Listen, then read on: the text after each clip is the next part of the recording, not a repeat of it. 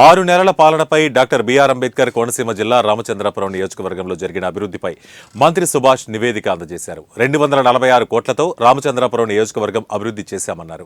15 కోట్లతో రోడ్ల అభివృద్ధి పనులు చేశామన్నారు. నియోజకవర్గంలో ఎన్టీఆర్ భరోసా పింఛను కింద 73.84 కోట్లు పంపిణీ చేశామని మంత్రి సుభాష్ వెల్లడించారు. మరి అవగాహన లేనితనంగా ఎందుకు వ్యవహరించారో నాకైతే అర్థం కావట్లేదు. ఒక కళ్యాణ మండపం ఇంకా ఓపెనింగ్ నోచుకోలేని కళ్యాణ మండపాన్ని అక్కడ పెళ్లి చేసుకోవడం జరుగుతూ ఉంది. ఒక కంప్లైంట్ మీద అక్కడ ఎస్ఐ గారు వెళ్ళి అడగడం జరిగింది. వెంటనే జేఈ గారికి కూడా నోటీసులు లేకపోవడంతో జేఈ గారు కంప్లైంట్ పెట్టడం జరిగింది. ఇలాగ సర్పంచ్ గారు దాని నిమిత్తం పెళ్లి కట్టింది.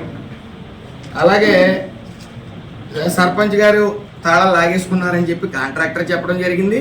అట్ ద సేమ్ టైం నా సమక్షంలోనే సర్పంచ్ గారు చెప్పడం జరిగింది తీసేసుకున్నారని.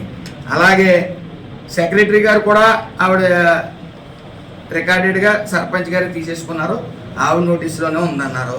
ఇదిగో పెళ్లికి అనుమతి, పెళ్లి జరిగిన రోజు పెళ్లి కూతురు పెళ్లి కొడుకు పెళ్లి కార్డు ఇది. అట్ ద సేమ్ టైం ఇది పర్మిషన్ ఉంది. ఇదిగో ఈ పర్మిషన్ పెట్టారు. పెళ్లి కొడుకు వాళ్ళు సర్పంచ్ గారిని అడ్రస్ చేస్తూ మాకు అనుమతి ఇవ్వండి అని ఒక అర్జీ పెట్టారు. ఆవిడ ఎట్టింది 20,000 తీసుకుంది. తీసుకున్న తర్వాత బోస్ గారు ఏం చేయాలా, కేసు పెట్టారు అన్నప్పుడు ఎస్ఐ గారిని వెళ్ళి ఏ రకంగా పెట్టారు కేసు, ఆ కంప్లైంట్ ఏంటి, ఎవరెవరు ఇచ్చారనేది అడగాల. అడగకుండా అన్యాయం అయిపోయింది అంటారు ఆయన. ఈవిడేమో చచ్చిపోవాలనిపిస్తున్నా కానీ ఏదో అంటా ఉందా, ఏది నేనేదో ఉన్మాదన్నాను ఏదో. ఇది ఆధారాలు లేని అభియోగాలు చేస్తే అలా. ఆవిడ ఎవరో కూడా నాకు సరిగ్గా తెలియదు. ఆవిడ ఏదో పార్టీలోకి నన్ను ఆహ్వానించారు. ఆవిడ ఏంటండి, ఆవిడ ఎవరిని ఎలా నగ్గిందో వెంకటాయపాలెంలో అందరికీ తెలుసు. అక్కడ బడా నాయకుడు ఉన్నాడు, ఓ బడా నాయకుడు వైసీపీలో ఉన్నాడు, ఎమ్మెల్సీ గారు, ఆయన నగ్గించుకున్నాడు. ఆయన ప్రభావంతో ఇవి నగ్గింది. ఈవిడ వెనకాల ఇద్దరు కూడా ఉంటారని అందరికీ తెలుసు.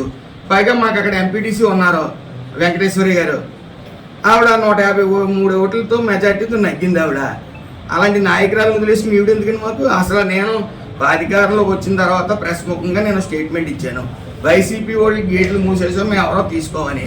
ఈవిడ ఏ స్థాయి నాయకురాలు మేము ఆహ్వానించేస్తాం, మేము అభియోగాలు చేసేసారంటున్నారు. ఎందుకు చేసాం?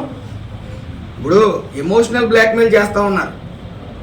ఎమోషనల్ బ్లాక్మెయిల్ ఏంటి, నేను చచ్చిపోతాను అయ్యాను. అసలు తప్పులు చేసి చచ్చిపోతానని మాట్లాడటం ఏంటండి అసలు. ఇదిగో రికార్డెడ్గా అన్నీ రికార్డెడ్గా ఉన్నాయి. ప్రూఫ్స్ చూపించమనండి. ఆవిడ లేదని వాళ్ళ భర్త గారు అక్కడే తిరుగుతూ ఉన్నారు. పోలీసు వెళ్ళేటప్పటికి ఆయన సిగ్నల్ కూడా తీసుకోవడం జరిగింది. ఆయన పని ఏంటి, ఆడికి సచివాలయంలోకి వెళ్ళి జూనియర్ అసిస్టెంట్ మీద కేకలేసేస్తున్నాడు భర్త. ఆయన పని ఏంటి, ఆయన ఉద్యోగం చేసుకోకుండా ఈ